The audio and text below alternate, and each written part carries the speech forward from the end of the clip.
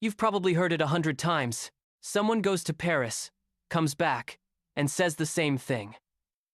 French women are just beautiful. Like effortlessly beautiful.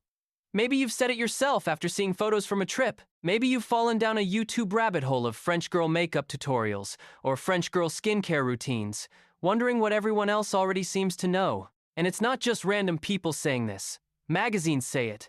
Beauty brands say it. Movies say it. There's this idea that's been repeated so many times, in so many places, that we just accept it as true. French women are simply more attractive than women anywhere else. So here's the question we're actually going to dig into today. Is that true? Is there something different about French faces? Better bone structure, better skin, better genes, something in their diet, something in the water? Or is there something else going on here?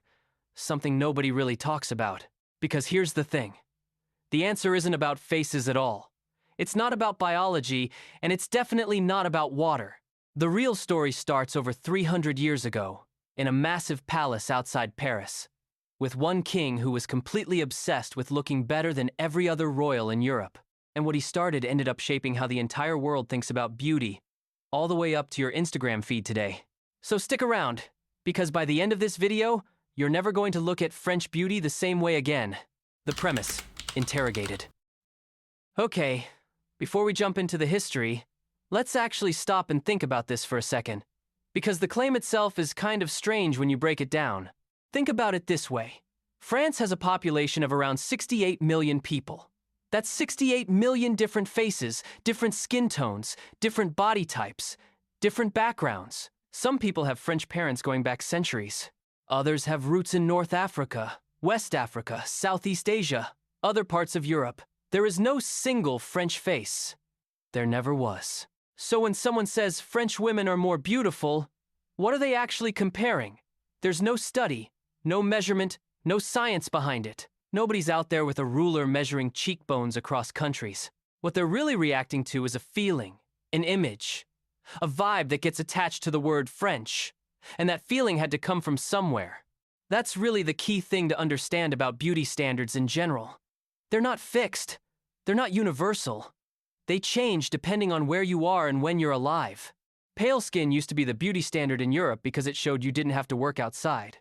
Then tan skin became the standard because it showed you could afford vacations. Neither one is more correct. They're just trends that got treated like facts. So if French beauty isn't really about French faces, what is it about? Well, that's where it gets interesting. Because the idea didn't show up randomly. It was built on purpose, starting with one guy who wanted all of Europe looking at France with envy. Versailles, where French beauty was invented. So let's go back, way back, to the late 1600s, to a king named Louis XIV. You might know him by his nickname, the Sun King. And to understand why the whole world eventually started associating France with beauty, you have to understand this one guy.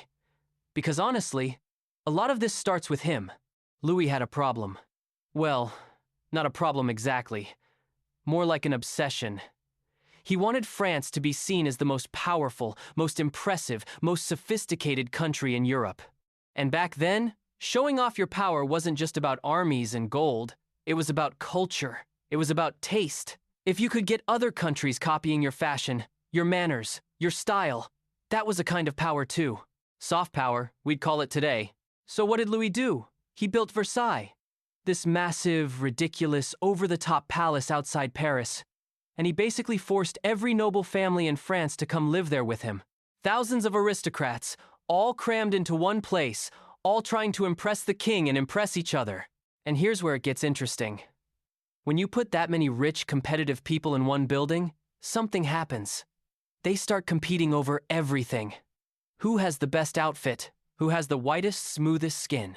Who has the most elaborate wig? Who smells the best? It turned into this non-stop fashion contest, and Louis actually encouraged it, because the more obsessed his court was with looking perfect, the more Versailles looked like the center of the civilized world. This is also where a lot of beauty habits we still talk about today actually got started. Pale skin became the ultimate status symbol, because it proved you never had to work outside in the sun like a peasant. Rouge and powder became everyday makeup. For men and women both, by the way. Not just women. Perfume became essential, partly because, let's be honest, indoor plumbing wasn't really a thing yet, and Versailles did not smell great. So the nobles doused themselves in scent, and just like that, the French perfume industry started taking shape. And then you've got Marie Antoinette, who came along about a century later and took this whole thing to another level. Her hairstyles were so extreme they needed scaffolding. Her outfits set trends across Europe within weeks. People today would probably call her an influencer, honestly. She didn't just wear fashion, she made fashion news. What she wore one month, aristocrats in other countries were desperately trying to copy the next. So by the time you get to the late 1700s, something huge has already happened, even though nobody realized it yet. France wasn't just a country anymore, at least not in the eyes of the rest of Europe. It had become a symbol of taste, elegance, and refinement. And once that idea takes hold in people's heads, it doesn't just disappear when the monarchy falls. It sticks around, it evolves, and eventually, it turns into something even bigger than a palace full of powdered wigs. The 19th century. Paris becomes the beauty capital. Now here's where things get really interesting. The monarchy falls. The French Revolution happens. Louis XVI and Marie Antoinette both lose their heads, literally. And you'd think that would be the end of it, right? No more king, no more Versailles, no more reason for anyone to care about French style. Except the opposite happens. The idea survives even though the palace doesn't, because by the 1800s, Paris itself becomes the new Versailles. Instead of one king setting the trends, you now get an entire city built around the business of looking good. And this is where fashion actually turns into an industry, not just a hobby for rich people. A guy named Charles Frederick Worth basically invents what we now call haute couture in Paris in the mid-1800s. Before him, wealthy women just told a seamstress what they wanted. Worth flipped that completely. He designed the outfits himself, put his own name on the label, and told rich women what was fashionable that season. That sounds normal now, but back then, it was revolutionary. This is genuinely the birth of the fashion designer as we know it today. And it happened in Paris, not London, not anywhere else. Around the same time, French perfume houses are exploding too. Remember how we talked about perfume starting at Versailles to cover up the smell? Well, by the 1800s, it's turned into serious business. Houses like Guerlain are creating perfume specifically for royalty, and slowly building this idea that French perfume isn't just perfume. It's luxury, it's status, it's the good stuff. But here's the part people usually miss. This wasn't spreading around the world just because people liked it. France was a massive colonial empire at this point, with territories across Africa, Asia, and the Caribbean. And colonial trade routes did something extra on the side. They carried French products, French fashion magazines, and French ideas of beauty to literally every continent. So when people in other parts of the world started associating Paris with elegance and sophistication, that wasn't an accident. It was happening because French goods, French fashion, and French beauty standards were being actively pushed out into the world through trade and empire. So by the end of the 1800s, you've got this snowball effect happening. Paris isn't just a city anymore. It's a brand. It's the place fashion comes from. It's the place taste comes from. And once that reputation locks into place, it becomes almost self-fulfilling. People expect Paris to be the center of style. So Paris keeps acting like the center of style. And round it goes. And that's just the setup. Because in the 1900s, this idea is about to get supercharged by something even more powerful than royal courts and trade routes. Movies, movie stars, and an entire skincare industry built to sell you the dream. The 20th century sell. So we're in the 1900s now, and this is where French beauty stops being something Europe's upper class cares about and starts becoming something the entire world cares about. Because now you've got two brand new tools that didn't exist before. Movies and modern advertising. And French fashion and beauty jump on both hard. Let's start with fashion. You've probably heard the name Coco Chanel. In the early 1900s, she does something almost nobody expected. She takes women's fashion, which up to that point was all corsets, giant skirts, and restrictive clothing, and she simplifies it. Comfortable fabrics, cleaner lines, that famous little black dress, and she markets it as effortless, chic, Simple, but somehow still elegant. That word, effortless, is honestly one of the most important words in this whole story. Because that becomes the entire foundation of the French beauty myth going forward. Not trying too hard, but still looking incredible. That's the image Chanel sells, and it sticks. Then a bit later, you get Christian Dior, who launches something called the New Look right after World War II. Cinched waists, full skirts, a return to glamour after years of wartime rationing and gray uniforms. It's dramatic, it's romantic, and it hits at exactly the right moment, when the whole world is desperate for something beautiful again. At the same time, French cinema is exporting faces, literal faces, to the entire planet. Brigitte Bardot, Catherine Deneuve. These aren't just actresses. They become the visual template for what French beauty is supposed to look like. Tousled hair that looks like you just woke up but somehow perfect. A kind of confident, laid-back sensuality. And because their films are playing in theaters across America, Britain, and beyond, millions of people who will never set foot in France are absorbing this image as simply what French women look like. And then, right around this same period, the skincare industry jumps in and seals the deal. Brands like Vichy, La Roche-Posay, and Bioderma start building this whole idea of the French pharmacy skincare routine. Simple, clean, science-backed, sold in actual pharmacies instead of department stores, which makes it feel more trustworthy, more effortless, less like makeup and more like health. So by the time you hit the later 1900s, look at everything that's stacked on top of each other. Fashion telling you effortless is elegant. Cinema showing you the face that goes with it. Skincare brands selling you the routine behind the face. It's not one thing creating this myth anymore. It's fashion, film, and beauty industries all pushing the exact same story from different directions for decades. And once the internet shows up, that story is about to spread faster than ever before. The internet era French girl aesthetic. Okay, so now we jump forward to the 2010s. And this is where something kind of funny happens. A 300-year-old marketing idea gets picked up by beauty bloggers and turned into a whole new trend, like it's something brand new. Around this time, you start seeing this phrase everywhere online. French girl makeup, French girl hair. Beauty influencers on YouTube and blogs are posting tutorials specifically promising to give you that look. And what's the look exactly? Barely there makeup that still somehow looks polished.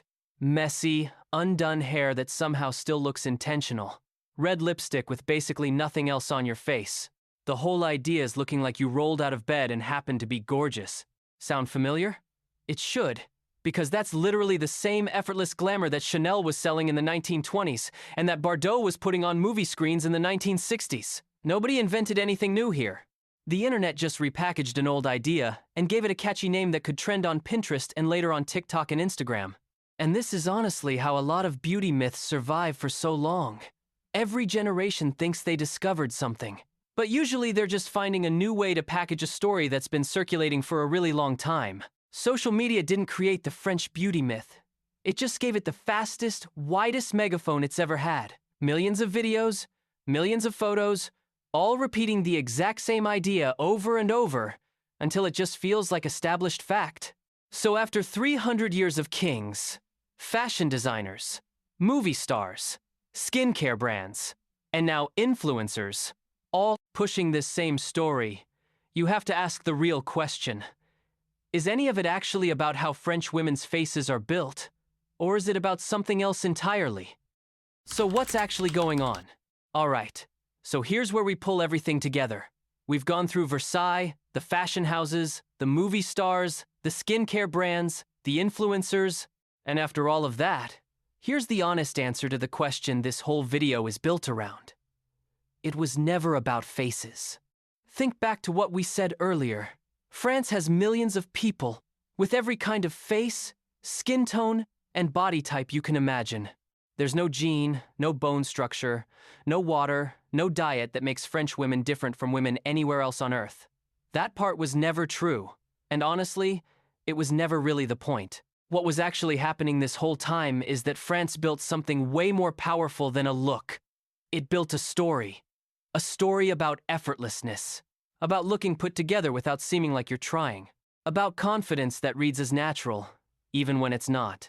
That story started with a king trying to make his court the envy of Europe, and it just kept getting passed down and repackaged, generation after generation, industry after industry, until it landed in your Instagram feed disguised as a beauty secret. And here's the part that's honestly kind of brilliant, if you think about it from a marketing angle. Every single industry that came after Versailles found a way to sell that same story back to us. Fashion sold it as style. Cinema sold it as a face. Skincare sold it as a routine. Influencers sold it as a 5-minute makeup tutorial.